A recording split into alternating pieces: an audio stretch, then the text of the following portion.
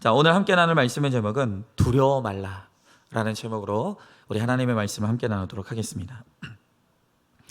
한 청년이요, 청년부 수련회에서 은혜를 많이 받고 돌아왔다고 합니다. 그래서 이제는 다른 삶을 살리라, 내가 이제는 정말 주를 위해 살리라 라고 결심하고 다짐하고 왔는데, 그런데 막상 다시 현실 세계에 돌아와 보니까 이혼한 누나는 여전히 너무나 힘들게 살고 있고, 또 아버지는 여전히 이단에 빠져 있는 등 환경이 전혀 변화가 되어 있지 않은 것이죠. 누나는 여전히 불쌍하고 아버지는 완악합니다. 말씀을 듣고 은혜 누리고 기도하고 응답받아도 여러분, 이처럼 우리의 환경이 하루아침에 변하는 게 아니라는 것입니다. 여러분, 그래서 우리가 심하다 때마다 이 두려움의 영에 사로잡힙니다. 자, 그렇다면 오늘 우리 안에 있는 이 두려움의 문제를 우리가 어떻게 해결해야 될 것인가? 오늘 이 두려움의 문제에 대해서 우리가 함께 나눠보기를 원합니다. 자, 먼저 첫 번째로 누구에게나 두려움이 있습니다. 자, 1절에 있는 말씀을 제가 한번 읽어보겠습니다. 이후에 여호와의 말씀이 환상 중에 아브라함에게 임하여 이르시되, 아브라함아 두려워하지 말라. 나는 내 방패요 너의 지극히 큰 상급이니라 그랬어요. 자, 여러분, 하나님께서 오늘 아브라함에게 이상한 말씀을 하십니다. 뭐라고 말씀하시냐면 두려워하지 말라는 거예요. 여러분, 왜 하나님께서 아브라함을 향해 두려워하지 말라고 말씀하실까요? 왜냐하면 아브라함이 지금 두려워하고 있기 때문이에요. 왜 두려웠을까요? 무엇이 두려웠을까요? 자, 오늘 이 말씀을 하게 된 배경을 우리가 봐야 돼요. 자, 오늘 이 1절의 가장 첫 부분에 보니까 이후에 라는 말로 시작을 하는 것을 볼 수 있죠. 자, 그렇다면 이전에 우리가 어떤 사건이 있었던 것을 기억합니까? 여러분, 우리가 지난주부터 계속 보고 있었지만 지금 아브라함이 큰 전쟁에 동참하게 되었습니다. 그리고 놀랍게도 그 전쟁에서 승리했어요. 그래서 아브라함은 그 전쟁에서 승리케 하신 하나님께 감사하고 그의 신앙의 고백으로 11조를 드렸죠. 강요한 것이 아니라 감동으로 하나님께 드릴 것만 있는 너무나 복된 인생, 승리 후에 진정한 축복을 누리게 되었다는 거예요. 자, 여러분, 참 이상하죠. 그러니까 지금 아브라함의 인생은 되는 것밖에 없어요. 승리만이 있는 거예요. 승승장구하고 있어요. 그런데 참 이상하게도 이렇게 되는 것밖에 없는 것 같고 승리만이 있었던 그의 인생 이후에 두려움이 몰려오기 시작했다는 거예요. 왜 그랬을까요? 자, 여러분, 한번 생각해 보십시오. 아브라함은 그 유명한 맹장인 그돌라오멜과의 전쟁에서 이겼어요. 남부의 5왕이 똘똘 뭉쳐서 싸워도 안 되던 그를 아브라함이 혼자 이겼다는 거예요. 여러분, 그러니 이 그돌라오멜이 얼마나 원통하고 분했겠습니까? 듣도 보도 못한 히브리 사람이라고 하는 이 아브라함 하나가 자기를 이긴 거예요. 이 그돌라오멜이 너무 기가 막힌 거예요. 아마 이를 부득부득 깔면서 복수를 다짐했을 것입니다. 여러분, 그러니 일단 이 아브라함이 이 전쟁에서 승리하긴 했지만 반드시 그가 복수하기 위해 찾아올 것이라는 것을 알기 때문에 그 후일이 두려운 거예요. 여러분, 이렇게 지혜가 있는 사람은요, 이 세상이 악하고 음란한 것을 알기 때문에 오늘의 성공이 반드시 내일의 성공을 보장하지 않는다는 것을 아는 거예요. 여러분, 이 세상을 아는 지혜란 무엇이라고요? 오늘의 성공이 내일의 성공을 보장하는 게 아니에요. 여러분, 더군다나 아브라함은 이게 자기 힘으로 이룬 승리가 아니라는 걸 너무 잘 알아요. 이건 내가 이룬 승리가 아닌 거예요. 그뿐 아니죠. 믿음의 고백을 하면서 아브라함은 이 소돔왕이 자신에게 주겠다고 하는 이 전쟁의 전리품도 다 거절하고 빈손으로 왔어요. 그런데 이제 돌아와서 생각을 해보니까 분명히 이 그돌라오멜이 반격하며 다시 전쟁을 하며 쳐들어올 텐데, 그러면 이 군사력도 보강을 해야 될 것이고 군수 물자도 비축을 해야 될 것이고, 그러면 돈이 들 텐데 나는 빈손으로 왔단 말이에요. 어쩌면 이 아브라함이 후회를 했을지도 모르겠어요. 내가 미쳤지. 돈 준다고 할 때 받을 걸. 내가 왜 그걸 받지 않았을까? 그 돈이 있었으면 내가 그거 가지고 철저하게 전쟁을 준비했을 텐데. 여러분, 우리가 그렇잖아요. 당장에 우리 통장에 잔고가 없어도 우리가 불안하지 않습니까? 여러분, 자동차를 타도 이 기름에 앵꼬라는 말씀이에요. 기름에 불이 들어와도 여러분, 우리가 두려운 거예요. 하물며 이제 글로라우멜이 반격을 가하며 다시 복수하기 위해 쳐들어올 때를 대비해야 되는데 전쟁 물자도 없고 그것을 마련할 비용도 없으니 여러분, 아브라함으로서는 너무너무 이 모든 것들이 두려운 거예요.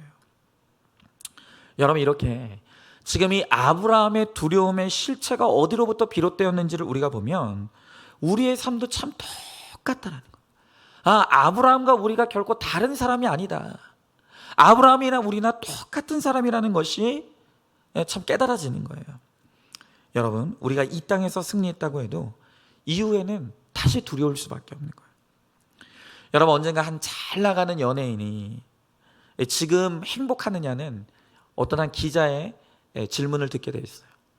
여러분, 그때 당신은 지금 행복하냐는 그 잘 나가는 연예인의 대답이 제가 지금도 잊혀지지 않아요. 그가 뭐라고 대답했냐 하면, 지금 내가 누리고 있는 게 어느 한순간 사라질까 봐 나는 지금 행복을 누리고 있지 못하다는 거예요. 지금 잘 되고 있는데 이 잘 되고 있는 이 모든 것들이 언제 하루아침에 사라질 것인지 모르는 이 두려움 때문에 내가 행복을 누리지 못한다는 거예요. 여러분, 가장 큰 두려움은 어떤 두려움이냐면 승리를 통해 내가 지금 누리고 있는 것을 언젠가 잃을 수도 있다라고 하는 바로 이 육적인 두려움이 우리가 갖는 두려움인 거예요. 내가 지금은 행복한 가정을 꾸리고 있지만 내 가정이 언제 깨어질지 모르는 거예요. 내가 지금은 건강하게 살아가고 있어도 나이 들어서 어느 날 내가 큰 병에 걸릴 수 있다라고 하는 이 두려움도 오늘 우리로 하여금 불안하게 만드는 것이죠. 자, 여러분, 그렇다면 우리가 하나님을 잘 믿으면, 우리가 믿음 안에 잘 거하면 그러면 두려움이 없을까요? 그런데 그게 아니라는 거예요. 그게 아니에요. 여러분, 믿음이 없는 사람들이 당하는 이 육적인 두려움 못지않게 믿는 우리들에게는 영적인 두려움이 존재한다는 거예요. 여러분, 영적인 두려움은 있지도 않을 일을 스스로 만들어가면서 두려워하는 게 아니라 있을 수밖에 없는 일을 두려워하는 거예요. 여러분, 장차 올 전쟁을 예비하는 것, 이게 바로 영적인 두려움이죠. 여러분, 지난 우리 금요일 설교에서도 제가 말씀드렸죠. 우리가 큐티하면서 바울이 오늘 이 벨릭스를 향해서 복음을 전했다 그랬어요. 그런데 그 복음의 내용이 세 가지라고 했죠. 그게 뭡니까? 의와 절제와 장차 오는 심판이라고 했어요. 잠시 깜빡했네. 장차 오는 심판. 여러분, 우리 인생 가운데 장차 올 심판이 있어요. 우리 믿음의 사람들은 그걸 알아요. 여러분, 그래서 믿음의 분량에 따라 그 두려움의 크기도 다르다는 거예요. 뭐 어떤 사람들은 예수 믿는 사람이 뭘 그렇게 두려워해? 예수 믿는다고 하면서 뭐가 그렇게 무서운 거야? 여러분, 이거는 만용이에요. 그건 겸손이 아니에요. 여러분, 우리는 항상 깨어 있기에 마땅히 두려워야 될 것을 두려워할 줄 알아야 되는 거예요. 여러분, 제가 담임 목사가 되자마자, 우리 교회에서 위임을 받자마자 혹독한 연단과 훈련을 받았어요. 그래도 어느덧 그 시간이 흘러 우리 교회에도 또 제 인생에도 안정이라는 게 찾아왔죠. 그러나 제 마음 가운데는 두려움이 있었어요. 뭐냐? 나라는 사람의 죄된 존재를 아는데 내가 이 정도의 연단으로 이 내 죄성이 깨지지 않을 텐데, 이 정도 연단 가지고 내가 거룩이 이루어지지 않을 텐데 분명히 또 다른 연단이 있을 것이라는 이 막연한 두려움이 저의 가운데 있었어요.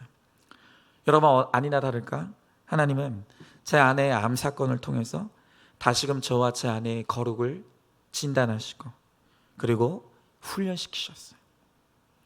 그리고 어느덧 또 시간이 흘렀죠. 여러분, 그러나 저는 알고 있어요. 무엇을 알고 있습니까? 저의 거룩을 위한 하나님의 연단과 훈련은 지금도 끝이 아니라는 거예요. 저는 되었다함이 없는 100% 죄인이기 때문에 죽을 때까지 이 거룩, 여러분 그렇기 때문에 제가 우리 안산중앙교회를 통해서 하나님의 불같은 연단을 한번 통과했고, 또 제 아내의 이 암사건을 통해서 또 한 번 연단을 통과했지만, 여러분 저의 거룩을 위한 하나님의 연단과 훈련은 아직 끝나지 않았어요. 여러분 그렇기 때문에 제 안에 거룩한 두려움이 있어요. 그리고 저는 늘 장차 올 이 심판을 준비하는 거예요. 하나님, 어떤 심판이, 나의 거룩과 구원을 위해서 하나님이 주실 어떤 심판이 내게 온다 할지라도 말씀으로 잘 준비되어 있어서 하나님, 복음이 나를 통해 조롱받지 않게 하시고 오히려 주의 영광이 드러날 수 있도록 하나님, 내가 잘 준비할 수 있게 달라고 저는 날마다 이 장차 올 환난을 준비하고 있는 거예요. 여러분, 오늘 이 두려움 가운데 떨고 있는 아브라함을 보면서 우리가 한 고비를 넘기고 한 번의 승리를 했다고 해서 그것이 영원한 승리가 아니라는 것을 우리는 반드시 알아야 돼요. 그러니 언제나 우리가 공격당할 수 있다는 것을 알면서 이 장차 오는 심판을 준비해야 되는 것이죠. 여러분, 이만하면 살만하다고 생각하십니까? 그만하면 다 이루었다고 생각하십니까? 여기가 좋사오니 하면서 그저 이 상태, 그냥 이 생활만 유지하면 좋겠다고 생각하십니까? 여러분, 우리 인생에 다 됐다는 건 없어요. 여러분, 그렇기 때문에 두려움에 사로잡혀 있는 이 아브라함의 마음이 너무 공감이 되고 체휼이 되는 거예요. 여러분, 우리 인생이라는 것은 천국에 가는 그 날까지 두려움에 사로잡혀 갈 수밖에 없는 인생이에요. 그 각자의 수준대로, 각자의 믿음의 분량대로 우리에게 다 각자의 두려움이 있습니다. 여러분, 반드시 기억하십시오. 우리가 사는 이 땅은 천국이 아니에요. 진정한 평안이라는 것은 우리가 하나님 나라에 들어갈 때 누릴 수 있는 것이지, 여러분 이 땅 그 어디에도 진정한 평안은 없다는 거예요. 장차 다가올 고난을 예비할 수 있는 이 마음을 준비하시게 하시는 것이 하나님의 은혜예요. 그러므로 두려워할 수밖에 없는 일들이 우리 인생에 계속 일어나지만 그 과정을 통해 우리가 더욱더 강한 하나님의 용사로, 거룩한 하나님의 이 사람으로 연단되어져 간다는 것을 우리가 잊지 말고 이 두려움을 우리가 하나님 앞에 가져갈 수 있길 바라요. 자, 한번 질문해 봅니다. 내가 지금 가장 두려워하는 것이 무엇입니까? 그 두려움의 원인이 어디에 있습니까? 내가 취할 수 있는 재물을 양보하거나 포기한 후에 후회한 적이 있습니까? 적으로부터 공격을 받을 수 있는 나의 가장 큰 약점이 무엇이라고 생각을 하십니까? 자, 두 번째로, 그 두려움 가운데서도 말씀이 들리는 구조 속으로 들어가면 우리가 두려움을 이길 수가 있습니다. 자, 다시 1절에 있는 말씀을 읽어보겠습니다. 이후에 여호와의 말씀이 환상 중에 아브라함에게 임하여 이르시되 아브라함아 두려워하지 말라. 나는 내 방패요 너의 지극히 큰 상급이니라. 여러분, 오늘 말씀해 보니까 환상 중에 하나님이 아브라함에게 임하셨다고 합니다. 한글 성경은 환상이라고 번역한 이것을 영어 성경에는 이너 비전이라고 해석하고 있어요. 비전. 여러분, 이 비전이라는 말의 뜻은 환상이나 환영이라는 뜻도 있지만 상상력이나 통찰력 또는 초자연적인 이 시각을 통해서 미래를 내다보는 것, 여러분 이것을 바로 비전이라고 하는 것이죠. 여러분, 우리가 두려움 가운데 붙잡게 되는 그 말씀이 바로 비전이 된다는 거예요. 우리가 두려움 가운데 말씀 앞으로 가서 그 말씀을 통해 받은 것이 바로 그 안에 우리를 향한 하나님의 비전이 있다는 것이죠. 여러분, 우리는 두려움이 생기면요, 먼저 세상적인 방법으로 이 두려움을 해결하려고 해요. 아브라함도 기근이 임했을 때 세상적인 방법을 찾아서 애굽으로 갔죠. 거기서 또한 두려움을 피하기 위해서 미리 겁을 먹고 아내를 다른 사람에게 팔아넘겼지 않습니까? 여러분, 이렇게 애굽에 갈 때만 해도 너무너무 믿음이 부족했던 아브라함이에요. 그래서 끊임없이 두려움의 문제가 찾아오면 세상적인 방법을 택하는 거예요. 여러분, 그런데 이 아브라함이 변했어요. 어떻게 변했습니까? 여전히 문제가 있습니다. 여전히 문제 앞에서 두려워합니다. 그러나 이 아브라함이 근본적으로 변한 것이 무엇입니까?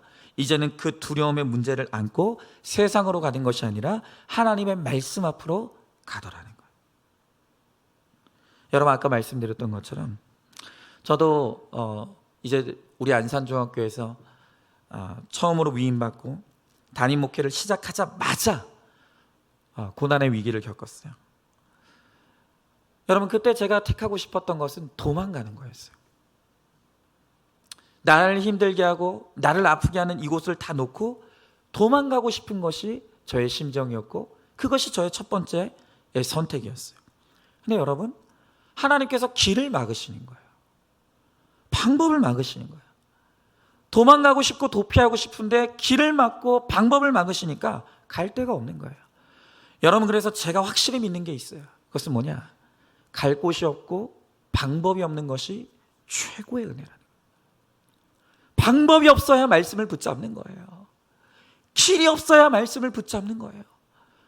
여러분, 저도 믿음이 좋아서 그랬던 것이 아니라 갈 곳이 없고 방법이 없기 때문에, 그래서 그 두려움의 문제를 안고 말씀 앞으로 가게 되었던 거예요. 여러분, 그렇게 두려움의 문제를 가지고 말씀 앞으로 가게 될 때 하나님의 말씀 가운데 찾아오셔서 저에게 보여주시는 것이 있었어요. 들려주시는 것이 있었어요. 바로 그 말씀 속에 두려움을 피해 나갈 방법이 있었던 것입니다. 여러분, 그렇게 두려움으로 인해서 기도하고 말씀을 사모했더니 하나님께서 그 두려움을 피할 수 있는 힘을 주시고 저에게 가야 될 길을 가르쳐 주시는 그 이너 비전, 저에게 그 두려움 속에서 비전을 허락하신 거예요.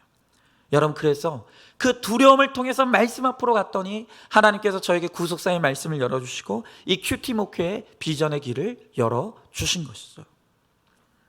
여러분, 이렇게 말씀을 보면서 내 욕심과 야망을 내려놓으면 두려움의 크기가 줄어들어요. 그리고 그 두려움을 붙잡고 있는 시간이 점점 짧아지는 거예요. 여러분, 두려움이 없는 게 아니에요. 여전히 아브라함에게도 두려움이 있어요. 우리에게도 두려움이 있어요. 그러나 그 두려움 가운데 세상으로 가는 것이 아니라 말씀 앞으로 가는 사람은 그 두려움의 크기가 줄어들고 두려움을 붙잡는 시간이 짧아지는 거예요. 여러분, 말씀은 영원하지만 두려움은 한순간이에요. 그 한순간의 두려움이 견디기 힘들다고 세상으로 피하면 안 되는 것입니다. 우리의 고난은 언젠가는 지나가 버리는 것이에요. 여러분, 참 그렇죠? 우리 인생은 고난의 연속입니다. 공부를 할 때는요, 입시가 두렵고요. 그래서 대학에 들어가면요, 그 다음에는 취업이 두려워요. 여러분, 어제 우리 임양수 전사님 아들이 오랜만에 휴가를 나왔어요. 와라. 그래서 같이 만났어요. 깜짝 놀랐습니다. 엊그저께 그 군대 간 것 같은데 이제 제대할 날이 얼마 남지 않았어요. 여러분, 제대하면 끝입니까? 제대하면 또 내가 어떻게 살아가야 될지 내 앞날에 대한 막막한 두려움이 있는 거예요. 여러분, 그러나 지나고 보면 내가 지금 당장에는 이게 전부인 것 같고 이것만 해결되면 내 인생이 모든 것이 풀릴 것 같은 그 모든 것들이 사실은 인생의 전부가 아니라는 거예요. 여러분, 그것 때문에 우리가 목숨 걸고 살아갈 일이 아니라는 것을 알게 되는 거예요. 지금은 이게 내 인생의 가장 큰 문제인 것 같지만 지나놓고 보니까 사실 그것은 아무것도 아니었어요. 늘 우리의 인생에는 더 큰 산이 기다리고 있다는 거예요. 여러분, 시험에 떨어지면 떨어지는 대로, 붙으면 붙는 대로 하나님이 우리의 갈 길을 예비해 주세요. 여러분, 시험에 떨어졌다고 거기에 우리 인생이 끝나는 것도 아니고요. 시험에 붙었다고 해서 우리 인생이 그것으로 성공가도를 달리는 것도 아니라는 거예요. 내 인생의 성공이 영원한 승리가 아니라 내 인생의 실패가 영원한 실패가 아니라는 거예요. 중요한 것은 그 두려움을 피해 세상으로 가면 영원히 세상의 노예가 될 수밖에 없습니다.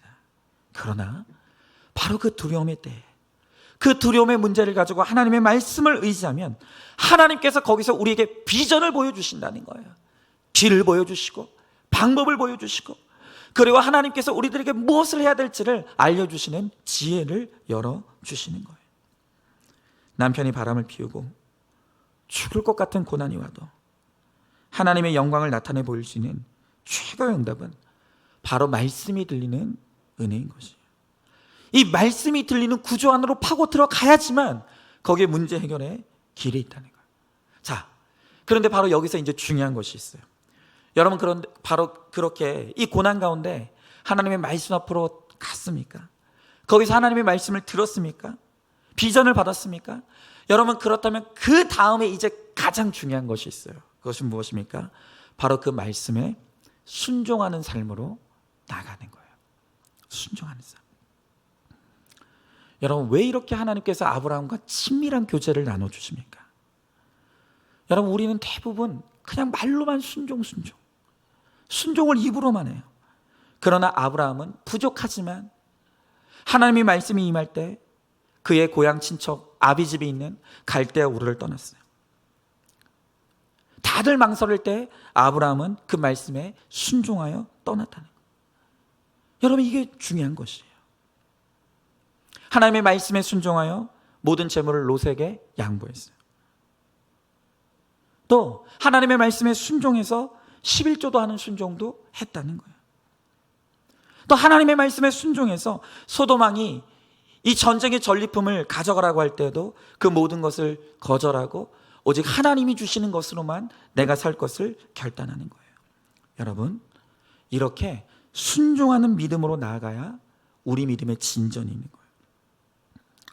여러분, 순종도 하지 않으면서 말씀이 깨달아졌다고 말하면 안 되는 거예요. 여러분, 순종하지 않으면 절대로 그 말씀이 실상이 되어서 우리 가운데 능력으로 임할 수가 없다는 거예요. 여러분, 반드시 기억하십시오. 아무리 내가 말씀을 듣고 은혜 받았다고 눈물 펑펑 흘려도 여러분, 저는 감정에 머무른 신앙의 진정성을 믿지 않아요. 여러분, 기억하실 것은 내가 순종한 믿음만 진짜 믿음이고 내가 적용한 믿음만 내 믿음이에요. 다시요. 순종한 믿음만이 진짜 믿음이고 적용까지 나아간 믿음만이 나의 믿음이라는 거예요. 여러분, 그래서 한 자리에서 같은 말씀을 들어도요, 어떤 사람에게는 그 말씀의 역사가 일어나는 사람이 있지만 어떤 사람에게는 그 말씀의 역사가 일어나지 않아요. 여러분, 그 차이가 어디에 있습니까? 순종하고와 순종하지 않고의 차이인 거예요. 내가 그 사건을 말씀으로 해석받고 그 말씀과 처방대로 우리가 적용하면 두려움도 고난도 더 이상 내 안에 머무를 공간이 없다는 거예요. 자, 우리들 교회 어느 한 목자님의 이야기를 한번 들려드릴게요. 이분은 서울 강남에서 남부를 것 없이 잘 먹고 잘 살다가 정말 이 딸의 고난, 딸이 끊임없이 속삭이는 이 바람에 주님을 만나게 됐어요. 나름 열매도 많고 아브라함처럼 참된 회개의 양식이 무엇인지도 알고 순종도 하면서 11조도 철저하게 했어요. 그런데 얼마 전에 남편의 사업이 완전히 쫄딱 망해버렸어요. 그 바람에 서울 강남에서 살다가 이제 가평의 시골로 이사를 가게 됐어요. 여러분, 얼마나 두렵겠습니까? 그런데 그분은 말씀으로 자신의 고난을 해석하면서 영적인 큰 축복을 주시려고 물질적인 축복을 유보하신 것이라고, 말씀을 통해서 자신의 고난을 이렇게 해석을 한 거예요. 하나님이 나에게 큰 영적 축복을 주시려고 육적인 물질적인 축복을 유보하신 것이라고. 그런데 실제로 얼마 뒤에 이분이 말한 영적인 축복이 이 구체적인 사건으로 드러나게 되었어요. 이 사연인즉 어느 날 집에 혼자 있던 그 딸, 너무너무 허구한 날 그냥 말썽 피우고 힘들게 하는 그 딸이 볶음밥을 만들어서 먹고 남은 걸 그대로 설거지통에 그냥 다 처박아 둔 거예요. 집으로 돌아온 집사님이 남은 볶음밥을, 이 음식물을 이제 쓰레기 봉투에 버리고 깨끗이 뒤치다거리를 한 거죠. 그런데 이 딸이 그걸 보고 뭐라고 말하냐면, 아니 내가 고생해서 이렇게 힘들게 볶음밥을 했는데 어떻게 그걸 쓰레기 봉투에 다 담을 수가 있냐. 그 쓰레기 봉투에 있는 거 다 꺼내서 엄마 먹으라고. 그러더라는 거예요. 너무너무 화가 막 치밀어 오르고 너무 정말 억울했지만 꾹 참고 쓰레기통에 넣었던 볶음밥을 다시 꺼내서 접시에 예쁘게 담았다는 거예요. 딸의 그 모습을 보고 화를 풀어서 엄마 미안하다고, 내가 잘못했다고, 자꾸 왜 엄마한테 이렇게 못됐게 하는지 모르겠다고. 딸과 그런 전쟁을 치른 집사님은 그제야 10년 동안의 이 딸과의 전쟁의 보람을 느꼈다고. 어느덧 이젠 이 전쟁에 베테랑이 된 기분이 든다고. 내가 이 딸이 이 음식을 쓰레기통에 넣었던 음식을 꺼내 먹을 각오를 하니까 이제는 정말 이 세상에서 먹지 못할 음식이 없다는 것을 깨달았다고 그런 고백을 하는 거예요. 여러분, 이렇게 우리가요 정말 우리의 삶에서 말도 안 되는 것에서 훈련을 받는 거예요. 여러분, 이런 말도 안 되는 것에서 우리가 연단을 받고 이것으로 거룩을 이루어가는 것, 이게 진정한 축복이 아니면 무엇이겠습니까? 여러분, 오늘 이 집사님은 망해서 시골로 갔지만 여전히 서울까지 오가면서 직장 목장, 부부 목장 다 인도하고 이전보다도 훨씬 더 많은 사역을 감당하고 있다는 거예요. 여러분, 이렇게 나에게 물질이 말라버리는 두려움 가운데서도 말씀이 비전이 되어 많은 사람을 살리는 이런 영광과 축복이 있는 것이죠. 이 집사님의 삶이야말로 두려움을 말씀으로 극복하고 순종함으로 그 하나님의 비전을 이루어가는 성도의 모습입니다. 자, 한번 질문해 봅니다. 하나님께서 환상 중에 내게 들려주신 말씀이 있습니까? 세상적인 방법으로 두려움에서 벗어난 적이 있습니까? 그 방법이 무엇입니까? 하나님께서 방패되어 주심으로 나의 고난이 해결된 적이 있습니까? 하나님께서 주신 큰 상급을 누린 적이 있습니까? 자, 이제 마지막 세 번째로 두려워할 때 주신 말씀이 내 삶의 비전이 됩니다. 자, 여러분, 도대체 아브라함이 그렇게 두려워하고 있을 때 어떤 말씀을 받았길래 그의 안에 있던 그 두려움이 사라진 것입니까? 여러분, 우리가 다시 한번 1절의 말씀을 보면 두려워하지 말라, 나는 너의 방패요 너의 지극히 큰 상급이니라. 오늘 이 말씀 하나 붙잡고 아브라함의 모든 두려움이 떠나갔다는 거예요. 여러분, 그런데 사실요, 지금 눈앞에 보이는 약속을 하나님이 주시는 게 아니에요. 뭐 하나님이 나의 방패고 상급이고 그런 거 상관없이 지금 내 눈앞에 보여지는 게 있어야 되는 거예요. 지금 아브라함에게는 나의 적을 물려주실 군사가 필요하고 무기가 필요해요. 그런데 지금 하나님께서 아브라함에게 끊임없이 약속하는 게 뭡니까? 내가 네 방패야. 내가 너의 큰 상급이야. 나만 믿으면 된다. 오늘 하나님께서 아브라함에게 그 비전을 주시는 거예요. 여러분, 하나님이 큰 상급이라는 게 도대체 무슨 말입니까? 여러분, 우리는 언제나 눈앞에 있는 내 문제가 해결되는 것만에 관심이 있어요. 빨리 내 아픈 몸이 좀 해결됐으면 좋겠어요. 내 망한 회사가 빨리 다시 세워졌으면 좋겠어요. 여러분, 이것이 나의 상급이라고 생각하는 거예요. 그러나 하나님은 내 눈앞에 있는 문제를 해결해 주는 것이 아니라, 그 문제 해결이 상급이 아니라 내가 너의 상급이다, 내가 너의 방패다, 그 말씀만 하시는 거예요. 여러분, 우리는 도대체 하나님이 나의 큰 상급이 된다는 게 무슨 말인지 모르기 때문에 하나님께서 그것을 가르쳐 주시기 위해서 우리들에게 끊임없이 고난을 허락하실 수밖에 없는 거예요. 여러분, 이렇게 마르고 없어지는 고난의 사건이 아니면 하나님이 나의 큰 상급이 되신 것이 무엇인지를 우리가 맛볼 수 없기 때문인 거예요. 여러분, 그래서 하나님 자체가 나의 상급이 된다는 것을 알려주시기 위해 하나님은 오늘도 우리 가운데 끊임없는 고난을 통해서 하나님밖에는 바라볼 수 없는 환경들과 상황들을 만들어 가시는 거예요. 여러분, 특별히 우리가 사람 고난, 그 사람 고난 가운데서도요, 우리가 가족 때문에 고난을 받아보면, 내 배우자가 나를 배반하고 내 자녀들이 나를 힘들게 하는 이 사람 고난을 당해보면요, 비로소 그때서야 사람이 우리의 믿음의 대상이 아니라는 것, 사람이 우리의 상급이 될 수 없다는 것을 뼈저리게 알게 돼요. 여러분, 또한 물질이 하루아침에 말라버리는, 물질이 사라져버리는 고난을 당해보면, 물질이 덧없는 것이구나, 이 물질이 내 상급이 아니구나, 물질이 말라봐야 그것을 깨닫는 거예요. 또 우리가 정말로 천년만년을 살 줄 알았는데 어느 날 큰 병을 알아보면 그제서야 내 육신의 소망이 없다는 거, 내 육체가 나의 상급이 아니라는 것을 우리가 그때서야 비로소 깨닫게 되는 거예요. 여러분, 고난을 통과하고 나면 비로소 하나님만 남게 되는 걸 보게 되는 거예요. 내가 이 땅에서 그렇게 믿고 의지하고 내 상급으로 여기던 그 모든 것들이 떠나가 보면 그곳에 오직 하나님 한 분만이 나와 함께 남아있는 것을 우리는 비로소 깨닫고, 비로소 하나님이 나의 큰 상급이 된다는 것을 우리는 알게 되는 거예요. 여러분, 배우자가 집을 나가고 자식이 속을 썩여도, 내가 그렇게 자랑하던 내 건강이 다 떠나가도 방패이신 하나님이 계심으로 흔들리지 않고 하나님 자체가 나에게 상급이 될 때 비로소 그때부터 나의 존재 자체가 이 세상에 메시지가 되고 복음이 되는 거예요. 여러분, 하나님은요, 우리를 이 땅에서 영혼 구원을 위한 사명을 위해 우리를 부르셨어요.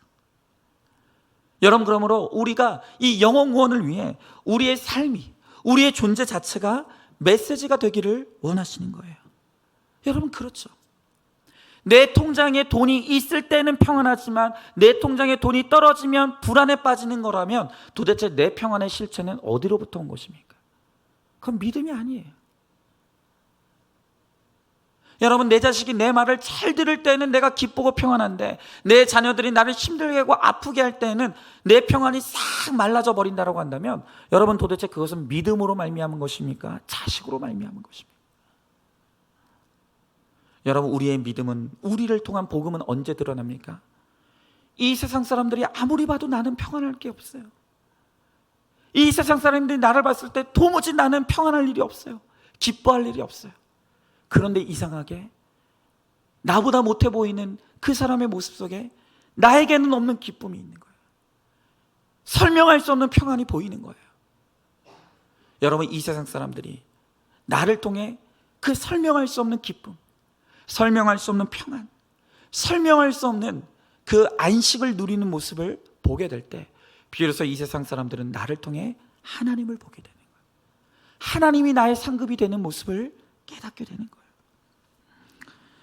여러분, 마지막으로 이제 세례를 받은 지 2달밖에 안 된 한 자매의 아주 놀라운 적용의 내용을 한번 우리가 들어보도록 할게요. 여러분, 이 자매는 친구를 통해서 무려 2,600만 원을 친구의 언니에게 빌려줬다고 해요. 그런데 이 친구 언니가 계속 속이고 피하면서 빚을 갚지 않는 거예요. 마음고생을 얼마나 심하게 했겠습니까? 그런데 이 친구의 언니가 이 사람뿐만이 아니라, 이 자매뿐만이 아니라 여러 사건에 연루가 돼서 이제 검찰에 불려갔는데, 이 자매가 어떻게 진술해 주느냐에 따라서 그냥 구류 처분을 받을 수도 있고 벌금형을 받을 수도 있는 거예요. 구속될 수 있는 거예요. 이제 검찰에 가서 진술하려고 갈 때 처음에는 내가 절대 이 언니를 용서하지 않으리라. 근데 이제 검찰에 가서 막상 그 언니 얼굴을 보고 나니까, 내가 얼마 전에 세례 받았는데, 내가 정말 이제는 하나님의 자녀로 살겠다고 다짐했는데 이 원수까지라도 사랑해야겠다는 이 마음이 들더라는 거예요. 그뿐 아니에요. 그동안 내가 받지 못한 이자가 너무너무 많이 불어나서 이자까지 합쳐서 받아야 될 돈이 5천만 원 가까이가 됐다는 거예요. 근데 아무리 생각해도 이자는 내가 받을 돈이 아니다, 그런 생각이 들었다는 거예요. 이 세례받았다라고 하는 이 거룩한 부담감이 나로 하여금 끊임없이 용서해야 된다는 마음을 자꾸 불러일으키더라는 거예요. 근데 이 자매의 이야기가 여기서 끝이 아니에요. 이 자매는 이제 언니에게 그 이자를 탕감해 주면서 내 돈만, 내 원금만 갚아주면 내가 고소를 취하해 주겠다. 그 대신에 우리 교회 나와라 라고 했다는 거예요. 그런데 이 언니가 참 철면피 같은 사람이 많아요. 알았다, 그 대신에 600만 원만 더 깎아달라. 그랬다는 거예요. 이 자매가 어떻게 대답했는 줄 아십니까? 알았다, 내가 원금에서 600만 원 깎아주겠다. 그 대신 1년 동안 주일 예배, 목장 예배, 수요 예배 다 나오겠다고 나랑 각서 쓰고 지장 찍어라. 원금에서 600만 원까지 깎아줬대. 그리고 그 언니가 약속대로 교회에 나오기 시작했어요. 여러분, 이 일이 있은 후에 그 언니를 소개했던 친구도 도대체 너는 어떤 교회 다니기에 이자를 탕감해주고 원금까지 탕감해주느냐, 도대체 네가 다니는 교회 어떤 교회냐, 어떻게 그 원수 같은 언니를 전도까지 할 수 있냐, 나도 좀 너네 교회 나가고 싶다, 그랬다는 거예요. 근데 이 자매의 남편도 대단해요. 처음에는 괘씸하니까 이자 한 푼도 깎지 말고 다 받아내라고 했던 그 남편이 그렇게 적용을 해서 전도까지 했다고 하니까 잘했다고, 대단하다고. 야, 그 아내, 그 남편입니다. 여러분, 그런데 이 자매의 적용이 여기서 끝이 아니에요. 자매는 남편과 사이에서 아들밖에 없어서 늘 딸 하나를 좀 입양했으면 좋겠다라는 마음이 있었대요. 그런데 요즘 참 예전에는 남아선호 사상이 그렇게 강하더니 이제는 딸이 없으면 저희 집은 아들만 둘이잖아요. 얼마나 불쌍하다는 이야기를 많이 듣는지. 근데 여러분, 고아원에 가도요, 다 딸만 입양하려고 하지 아들을 입양하지 않는데요. 남자아이들이 입양이 안 된다는 거예요. 근데 그 소식을 듣고 나만 좋으라고 입양하는 게 아니지, 내가 믿는 사람인데 내가 달라야지. 그래서 그 자매가 4살짜리 남자아이를 입양하기를 결단하고 그 아이를 입양해서 지금까지 잘 키우고 있다는 거예요. 여러분, 이 자매가 고백하는 것이 내가 예수 믿으리라고 내 주변에 누구도 상상도 못했다는 거예요. 그런데 세례받은 지 석 달 만에 이렇게 믿음의 분량이 너무 커지고 이 세상 사람들은 감히 따라할 수도 흉내낼 수도 없는 적용들을 이루어 가는 거예요. 이렇게 하나님이 나의 방패와 상급이 되는 것을 믿으니까 이자는 물론이고 원금까지 탕감해주고 다 꺼려하는 남자아이까지 입양을 해서 그렇게 믿음 안에서 거룩한 가정을 이루어가는 거예요. 여러분, 바로 이것입니다. 바로 이것이 하나님이 나의 상급이 되는 거예요. 이 세상 사람들은 두려워할 수밖에 없는 일이에요. 이 세상 사람들은 흉내낼 수도 없는 일이에요. 그러나 하나님이 내 상급이 되시는 걸 알기에, 하나님이 내 방패가 되시는 것을 알기에 그 두려움 가운데서도 믿음에 적용을 해가고, 믿음 때문에 손해보고, 믿음 때문에 죽어지는 적용을 해가면서 그렇게 나의 거룩과 세상의 구원을 이루어가는 것, 바로 이것이 하나님을 믿고 따라가는, 말씀대로 믿고 살고 적용하는 인생의 삶의 모습이라는 것입니다. 여러분, 말씀을 마치겠습니다. 오늘 하나님께서 우리들을 향해서 두려워하지 말라고 말씀하세요. 여러분, 그러나 우리 인생에 끊임없이 두려워할 일밖에 없어요. 오늘의 승리가 내일의 승리를 보장하지 않습니다. 여러분, 더군다나 우리 믿음의 사람들이 이제 알고 있는 것이 있어요. 그것은 이 땅에서 나의 거룩과 구원을 위해 오늘 우리들에게 있을 장차 오는 심판이 있다는 거예요. 하나님 끊임없이 되었다함이 없는 100% 죄인인 우리를 위해서 끊임없이 환난으로 연단하시고 심판을 통해서 훈련하신다. 여러분, 그것을 알기 때문에 우리는 두려워합니다. 그러나 우리가 확실히 아는 것이 있어요. 그것은 그 두려움 가운데서도 하나님이 나의 상급이 되어주신다. 하나님이 나의 방패가 되어주신다. 그러므로 그 두려움의 문제 가운데 우리가 말씀으로 가서 하나님의 말씀을 잠잠히 묵상하며 주님만 바라볼 때 그 말씀 가운데 주님께서 우리에게 비전을 보여주시고 우리들에게 능력을 주셨어요. 하나님이 주신 그 비전과 소망대로 능력대로 적용하는 우리들에게 하나님의 놀라운 구원의 역사를 이루어 주신다는 것입니다. 여러분, 오늘 우리가 그것을 믿고 오늘 이 시간 이 찬양 우리 같이 찬양하면서 하나님 잠잠히 주님 바라봅니다. 잠잠히 주님 의지합니다. 하나님, 이 시간 우리의 두려움을 가져가 주시고 믿음 안에 살기를 결단하게 하여 주시옵소서. 이 시간 우리 함께 찬양하며 나가도록 하겠습니다. 우리 함께 찬양합니다. 나의 영혼이 잠잠히, 나의 영혼이 잠잠히 하나님만 바라며 나의 구원이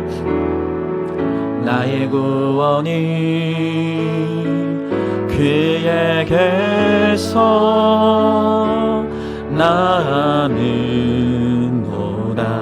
아멘. 나의 영혼이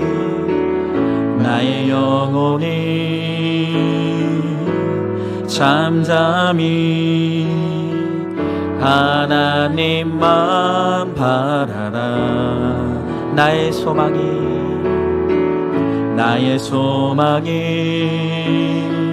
저에게서 나는 노라매. 오직 주만이 나의 반석, 나의 구원이시니.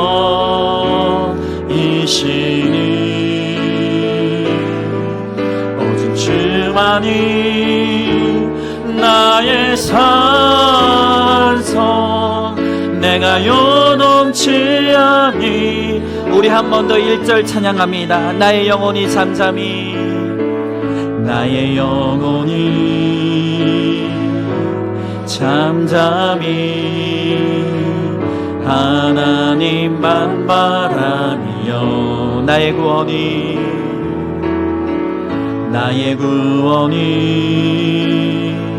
그에게서 나는. 나의 영혼아 잠잠히 하나님만 바라라.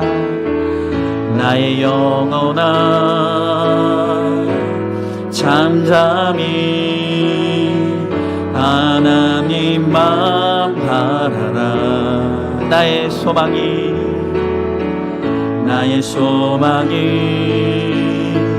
저에게서 나는 노라매. 오직 주만이 나의 반석, 나의 구원이시니.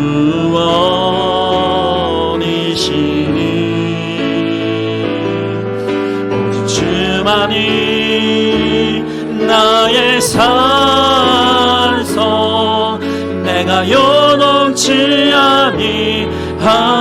오직 주만이 나의 반석이십니다. 오직 주만이 나의 반석, 나의 구원이시니.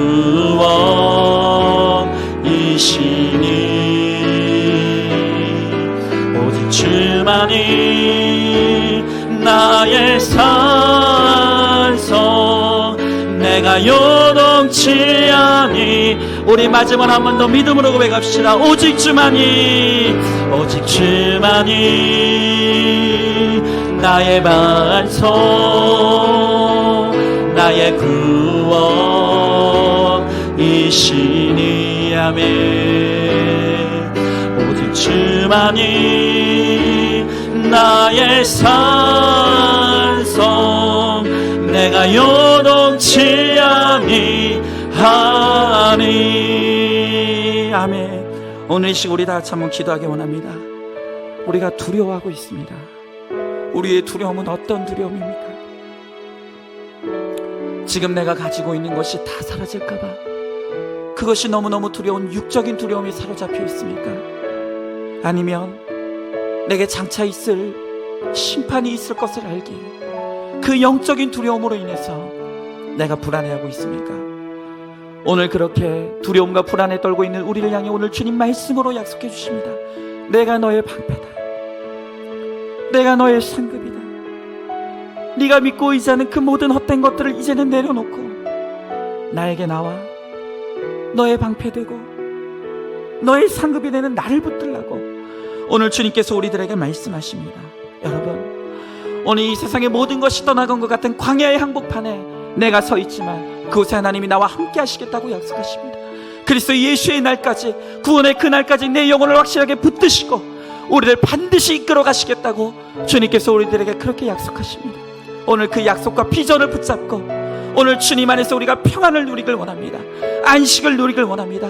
이 세상 모든 사람들이 나를 떠나가고 이 세상 모든 것이 사라진다 할지라도 주님은 틀림없이 나를 붙잡고 주님이 나와 함께 하실 것을 믿기에 오늘도 담대하게 평안을 가지고 나아갑니다. 주님 나와 함께 하여 주시옵소서. 주님 나를 인도하여 주시옵소서. 그리스도 예수의 구원의 날까지 나와 함께하여 주시옵소서. 하나님, 그러므로 말미암아 내 삶이 복음이 되게 하여 주시옵시고 내 존재 자체가 메시지가 되게 하셔서 나를 통해 살아계신 주님이 증거될 수 있도록 주님 나와 함께 달라고 오늘 이 시간 말씀을 기억하며 우리 다 같이 함께 기도하며 나가겠습니다. 기도하겠습니다. 사랑과 내가 충만하신 하나님 아버지, 주님에게 한 사랑과 은혜를 감사드립니다. 주님, 오늘도 두려운 마음을 안고 오늘 이 시간 말씀 앞으로 나왔습니다.